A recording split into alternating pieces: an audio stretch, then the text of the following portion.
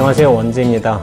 고요함 속의 고요함은 참다운 고요함이 아니니 분주한 속에서 고요함을 얻을 수 있어야만 비로소 본성의 참된 경지에 이르게 될 것이다.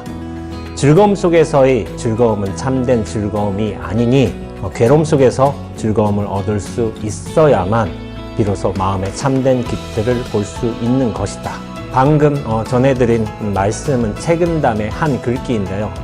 온전한 나로 산다는 것은 이런 것이 아닐까요? 한국의 대표적인 글로벌 아이돌인 BTS와 함께 미국 빌보드 음원 순위에 또 들어가는 글로벌 아이돌로서 블랙핑크라는 그룹이 있습니다. 유튜브 채널 구독자가 무려 6,400만 명이기도 하고 또한 2021년에는 아시아에서 가장 영향력 있는 백인에 선정되기도 한 그룹입니다. 그런데 저는 블랙핑크의 이 전 세계적인 인지도라든가 인기와는 별개로 블랙핑크에 그다지 관심이 없었습니다. 왜냐하면은 제가 음악을 듣는 것을 좋아하긴 하지만은 블랙핑크의 음악이 저의 취향이 아니었던 이유 때문이었습니다. 그렇게 블랙핑크의 노래를 제 음악 리스트에 올려놓지도 않았습니다. 그러다 어느 날 저는 블랙핑크의 다큐멘터리 라이트 업 더 스카이라는 걸 한번 보게 되었습니다. 다큐의 내용은 뭐냐면은 블랙핑크의 결성 과정이라든가 각 멤버들의 출생 배경 아니면 음악적 기질, 휴식기 때 그들이 지내는 일상, 그리고 전 세계 팬들이 환호하는 모습과 함께 무대 위에서의 공연 장면들로 그렇게 압축된 다큐멘터리였습니다. 블랙핑크의 팬들이라면 물론 이제 각 멤버들의 일상생활과 개별 인터뷰를 보면서 많이 좋아했을 겁니다. 하지만 제가 팬심이 없어서 그랬는지 다큐를 시청하면서도 제가 눈여겨보게 된 것은 그들의 화려한 성공이 조명된 핑크빛이 아니라 그들이 고난처럼 회고했던 연습생 시절의 블랙빛이었습니다. 그 어두운 블랙빛을 보면서 저는 저들이 글로벌 아이돌이라는 스타라기보다는 여러 고난들을 치러내면서 성장하는 사람들로 보였습니다. 지금에야 연예계 기사에 대부분 댓글창은 막혀 있습니다. 하지만 과거에 연예인들의 뉴스 기사에는 그들이 벌어들이는 엄청난 수익과 막대한 인기를 부러워하는 그런 댓글들이 종종 달렸습니다. 그러면서도 무슨 억하심정인지 연예인들에 대한 근거 없는 악성의 평가들과 소문들이 속출하기도 했습니다. 대중의 관심을 받는다는 것은 동시에 대중의 근거 없는 미움마저도 감내해야 한다는 현실의 상황을 보여준 것이었습니다. 그러한 결과로서 몇 해 전 그 미움을 견디다 못해 몇몇 소녀 연예인들이 자살을 하기도 했습니다. 그런 악성 댓글들을 보면서 제가 곰곰이 생각했던 것은 연예인들이 성공하게 된 배경에 대한 사람들의 질투와 오해였던 것 같습니다.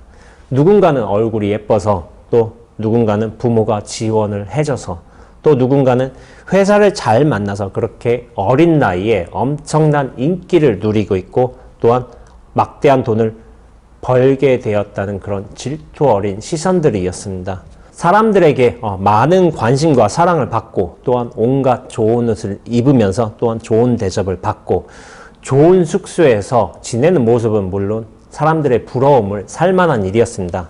하지만 제가 보기에 이것은 순전히 겉으로 드러난 핑크빛일 뿐입니다. 저는 연예인들이 그렇게 데뷔 후 짧은 시간 뒤에 성공하게 된 배경에 그들의 선천적인 조건과 행운만이 있다고 보지 않습니다.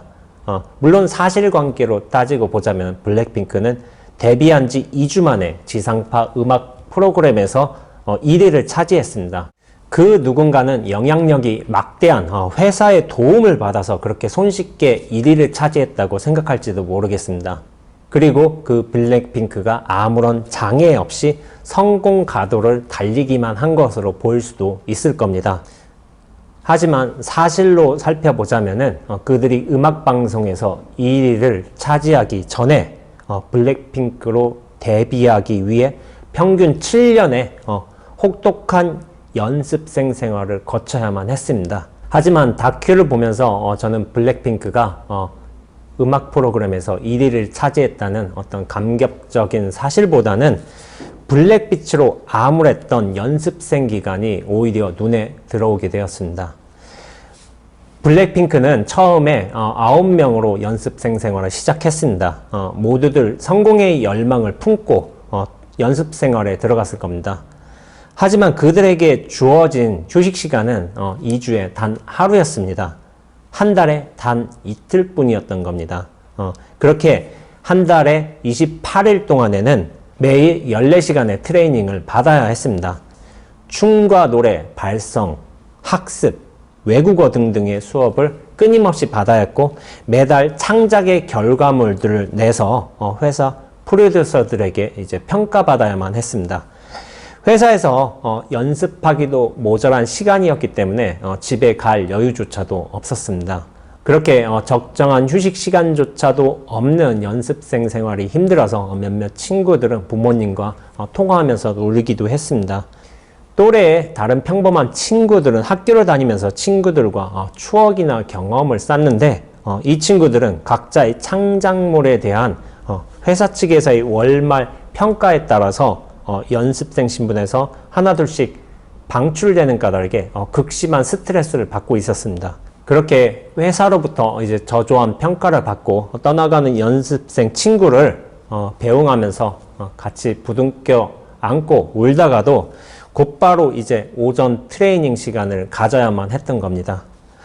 가족과 떨어진 외로움, 평가에 대한 압박, 자기 개발과 능력 부족에 대한 스트레스, 자신 또한 회사에서 방출될지도 모른다는 두려움. 제가 보기에 이런 것들은 기껏해 18살 되는 소녀들이 치러내야만 하기에는 너무 가혹한 체험들이었습니다. 그러면서도 그들에게는 정신을 추스르면서 살아남아야만 한다는 그런 단 하나의 과제만 남았을 뿐이었습니다. 그런데 생각해 보십시오. 저 연습생 기간이 무려 7년입니다. 저 7년을 그 누가 쉽게 견뎌낼 수 있겠습니까? 그러나 사실대로 돌이켜보자면 이뿐만도 아닙니다. 이들이 그처럼 혹독하게 치러낸 연습생 과정 이전에도 또 다른 형태로서의 연습 기간이 또한 있었습니다. 제가 알기로 대형 기획사에 연습생으로 들어오는 친구들의 경우는 단지 연예인으로서의 소질이나 가능성만으로 선발되는 경우는 거의 없습니다. 이미 연예인으로서의 자질이 충분하게 갖춰져 있고 그 능력이 개발되고 이미 발현된 친구들이 연습생으로 선발되어서 오는 겁니다.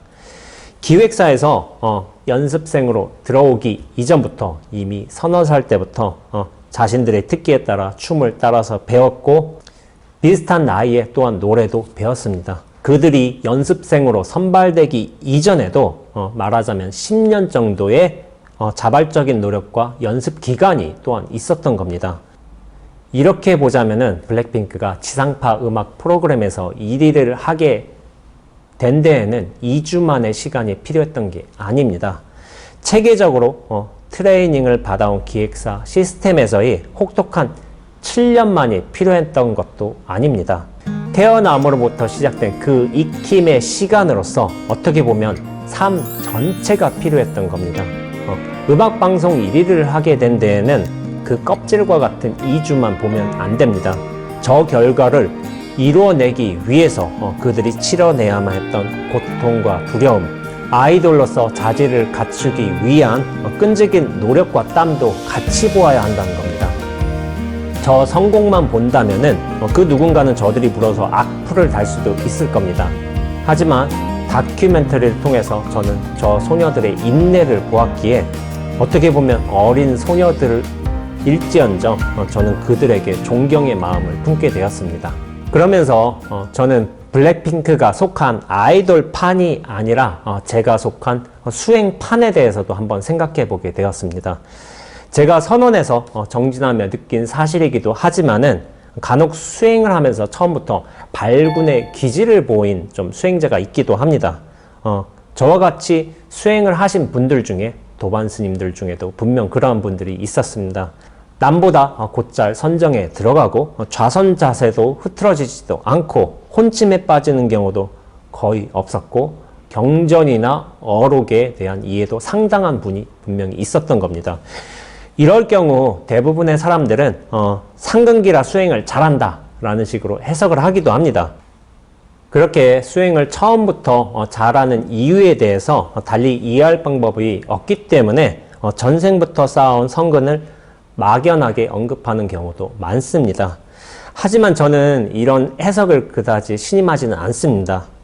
수행을 잘하고 못하고는 이제 선천적인 근기로 인해서 불공평하게 결정되는 것이 아니라 그가 직접 살아온 삶 전체가 그를 수행자로 만들기에 적합한 경험과 기회를 주었다고 생각하고 있는 편입니다. 실제 처음부터 수행 경지가 남다른 스님들의 출가 이전의 삶을 들여다봐도 그랬습니다. 그 삶의 경험 내용 대부분은 사실은 처절한 고통이면서 극심한 자기 탐구인 경우가 많았습니다. 그렇게 어려서부터 전체의 삶을 치러내면서 본인 스스로 뼈를 깎는 수준의 노력을 했던 겁니다.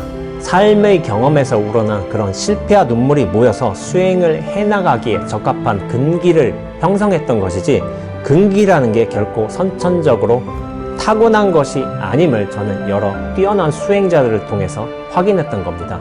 그렇게 제가 해석하는 근기는 선천적으로 결정된 차별이 아니라 삶의 경험을 치러내며 형성된 후천적인 노력과 탐구의 결과입니다. 그렇게 저는 수행의 경지가 남달라 보이는 다른 뛰어난 수행자를 보면은 그 수행의 결과만 보고 부러워한다기보다는 그가 삶 전체로 치러내야만 했던 눈에 보이지 않는 노력과 눈물들이 가슴속에 먼저 그려지는 편입니다. 좌선이나 연불, 절이나 참선, 마음챙김 등은 정형화되고 공식적인 수행 방법입니다. 하지만 오직 이러한 것들만이 수행인 것만은 아닙니다. 이런 체계화된 수행에 앞서서 우리가 한 인간으로서 겪어야 했던 경험과 노력, 실패와 좌절 또한 여실한 수행입니다. 다만 우리는 이를 정교화된 수행이라 여기지 않았을 뿐이지, 사실 우리는 삶을 통해서 그 언제나 어디서든 여실하게 수행을 해오고 있었던 겁니다. 그렇게 우리는 이 수행을 단 한순간도 떠나지 않았다고 말할 수도 있는 겁니다. 2006년에 해인사로 출가한 저는 참선 수행에 대한 믿음이 확고했습니다. 그래서 온 생을 참선해서 수행하신 분을 스승으로 모시리라는 원력을 세웠습니다. 그 원력이 이어진 인연 때문인지 저는 전 해인사 방장이자 조계종 종정이시기도 하셨던 법자전자 스님을 은사 스님으로 모시고 수행을 배워갈 수 있었습니다. 행자 때부터 저는 방장시자로 차출이 되어서 어르신을 가까이 모실 수 있었습니다. 비록 행자 신분이기는 했지만은 공부하다가 제가 궁금한 게 있으면 어르신께 가서 당당하게 묻기도 했습니다. 그렇게 뚜렷한 자신감으로 공부를 해나갔습니다. 이렇게 수행의 가치에 대한 견고한 믿음을 바탕으로 해서 수자로서의 신념 또한 대단했던 것 같습니다. 무엇이 수행이고 무엇이 수행이 아니며 어떤 수행자가 올바르고 어떤 수행자가 틀렸는지에 대한 분별도 확고했던 것 같습니다. 그런데 이상한 일이 벌어졌습니다. 제가 선원에서 몇 년 동안 수행을 꾸준히 해나가면서 오히려 이 선원 수행자라는 자부심이나 당당함이라는 게 점점 좀 엷어지는 것이었습니다. 수행 초기에는 이 수자의 삶이라는 게 진리를 찾아가는 숭고한 삶이라는 믿음이 굉장히 강했던 것 같습니다. 그런데 수행을 해나갈수록 내가 수자다라는 이 견고한 자부심이라든지 믿음이 계속 엷어져만 가는 겁니다. 그런데도 이상하릴 만치 저의 마음은 좀 편해져 가고 있었습니다. 그러면서 달라지는 것들이 있었습니다. 그게 뭐냐면은 다른 사람들의 삶이 그 평범한 말이며 표정, 행동이 점차로 뚜렷하게 보이기 시작하는 겁니다. 이전에는 수행이라는 것의 의미가 명백하게 정해져 있어서 그 누가 용맹정진을 많이 했으며 누가 안거를 많이 났으며 누가 좌선 시간에 졸지 않았는가가 수행의 기준이었다면은 나중에는 그 누가 자유롭게 사는가가 저에게 있어서 수행의 기준이 되어버린 것입니다. 수자라고 해서 스님이라고 해서 불교인이라고 해서 더 눈에 들어온 것도 아닙니다. 비록 정식 수행의 과정을 거치지 않았다 하더라도 편안한 모습과 마음을 하고 있는 그런 평범한 사람들의 여실한 모습들도 오히려 제 시선 속으로 깊숙하게 들어오기 시작했던 겁니다. 과연 선원의 수자들만 수행을 하고 있는 걸까요? 저 스스로도 20여 안거를 낳은 수자이긴 하지만은 저는 결코 그렇게 생각하지는 않습니다. 수자가 수행한 것도 아니고 스님이 수행한 것도 아니고 불교인이 수행하는 것도 아닙니다. 사람이라면 이미 그 누군가나 수행을 하고 있는 겁니다. 이 모든 평범한 사람들도 자기만의 삶을 살면서 이 삶에서 벌어지는 모든 경계를 대상으로 수행을 해왔다는 사실이 점차 명백한 사실로서 저의 가슴 안으로 벅차게 들어오기 시작했던 겁니다. 과연 블랙핑크가 세상에서의 인기와 성공만을 위한 그런 세속적인 가치만을 지향하는 연예인이라고만 말할 수 있을까요? 아닙니다. 그들이 알든 모르든 블랙핑크도 이미 삶으로서 여실하게 수행을 해오고 있었습니다. 고통으로부터 괴로워 몸부림치고 그러면서도 끊임없이 자기 단련을 반복하고 그 오랜 시간 경험을 견뎌내는 그 모든 과정들이 정형화된 형태로서의 수행이 아닐지언정 그들 역시 이미 삶 전체로 수행해 오고 있었던 겁니다. 자기 자신을 돌이켜보고 단련해 가면서 완성해 가고 또 비워내는 과정으로서 알든 모르든 그것은 이미 수행입니다. 비단 세상에서의 블랙핑크만도 아니고 선원에서의 수자만도 아닙니다.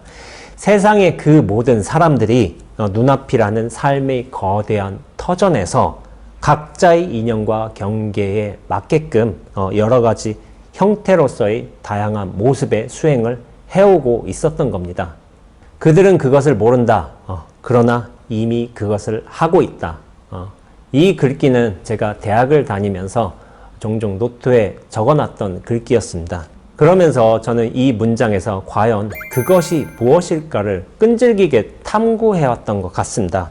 물론 마음만 먹었다면 저는 그것이 무엇인지를 명확한 답을 그렇게 서둘러 내릴 수도 있었을 것 같습니다. 하지만 그러지를 않았습니다. 답을 손쉽게 결론 내리게 된다면은 제가 알 수 없는 그 무언가를 놓칠 수도 있다는 저 스스로의 직감이 있었기 때문에 답을 내리지 않았습니다. 절집 안에서든 밖에서는 저는 계속해서 그것을 찾아왔던 것 같습니다. 그것이 뭘까? 과연 사람들은 무언가를 하고 있었던 것일까? 여실히 하면서도 한 줄 모르는 그게 과연 뭘까에 대한 의심을 계속 키워왔습니다. 그런데 이상한 일이었습니다. 그 의심이 깊어질수록 저는 제가 찾는 그 알 수 없는 의미나 형체의 그것 또한 한없이 깊고도 넓어짐을 느끼고 있었던 겁니다. 그러다 어느 순간 온 우주를 향해서 광대하게 뻗어나갈 정도로 그것이 애초부터 무량광변한 것임을 알게 되었습니다. 그리하여 지금에는 결코 답 없는 답으로서 이렇게 말을 한다고 해도 아무런 지장이 없음을 스스로 확신하기도 했습니다. 그들은 수행을 모른다. 그러나 이미 수행을 하고 있다. 삶이 시작된 순간 우리는 이미 수행을 시작했다는 사실이 저에게는 진실로 다가왔습니다. 그동안 저는 저의 수행담을 통해서 온전한 나로 살아가는 방법에 대해서 이야기를 나눴습니다. 그리고 오늘은 그 이야기에 마침표를 찍는 시간이 되었습니다. 저희 이야기가 여러분들의 수행에 도움이 되었으면 좋겠습니다. 뜻밖의 이별에 아쉬워할 분들이 계실 것 같아서 마지막 시간은 여러분들과 직접 소통하는 시간을 가지려고 합니다. 많은 참여 부탁드립니다. 그럼 우리 적당히 건강하고 적당히 행복합시다. 원지였습니다.